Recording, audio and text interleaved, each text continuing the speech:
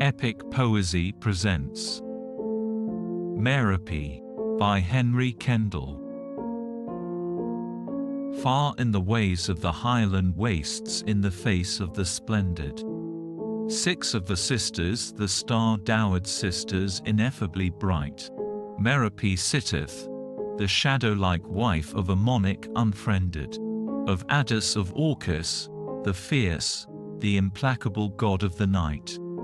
Merope, fugitive Merope, lost to thyself and thy lover, cast, like a dream, out of thought, with the moons which have passed into sleep. What shall avail thee, Alcyon's tears, or the sight to discover, of Sisyphus pallid for thee by the blue, bitter lights of the deep? Pallid, but patient for sorrow, O, thou of the fire and the water, half with the flame of the sunset, and kin to the streams of the sea. Hast thou the songs of old times for desire of thy dark-featured daughter? Sweet with the lips of thy yearning, O Aethra, with tokens of thee, songs that would lull her, like kisses forgotten of silence where speech was.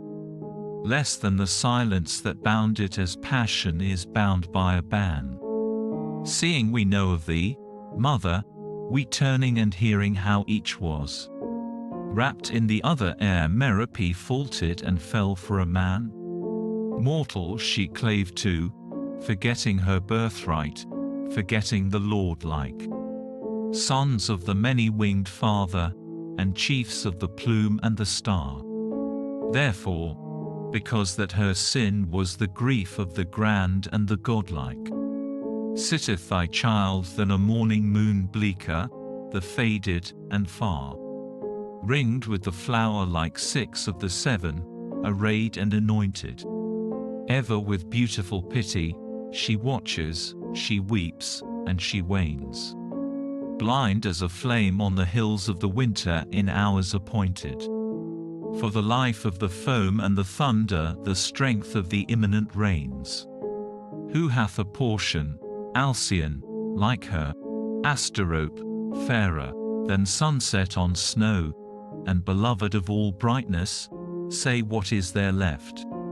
Sadder and paler than Plione's daughter, disconsolate bearer of trouble that smites like a sword of the gods to the break of the heft?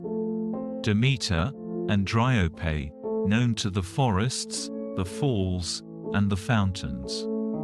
Yearly, because of their walking and wailing and wringing of hands.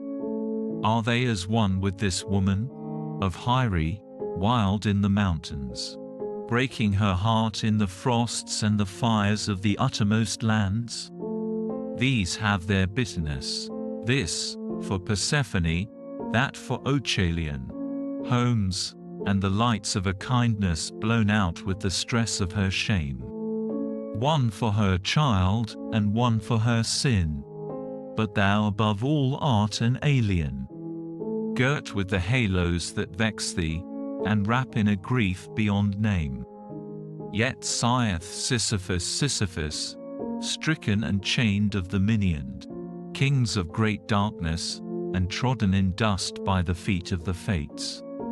Sweet are the ways of thy watching, and pallid and perished and pinioned. Moon amongst maidens, I leap for thy love like a god at the gates.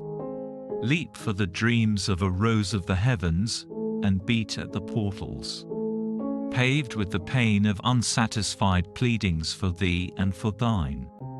But Zeus is immutable master, and these are the walls the immortals build for our sighing, and who may set lips at the lords and repine?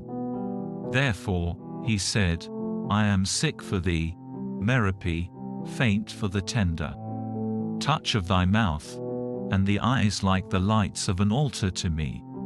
But, lo, thou art far, and thy face is a still and a sorrowful splendor, and the storm is abroad with the rain on the perilous straits of the sea.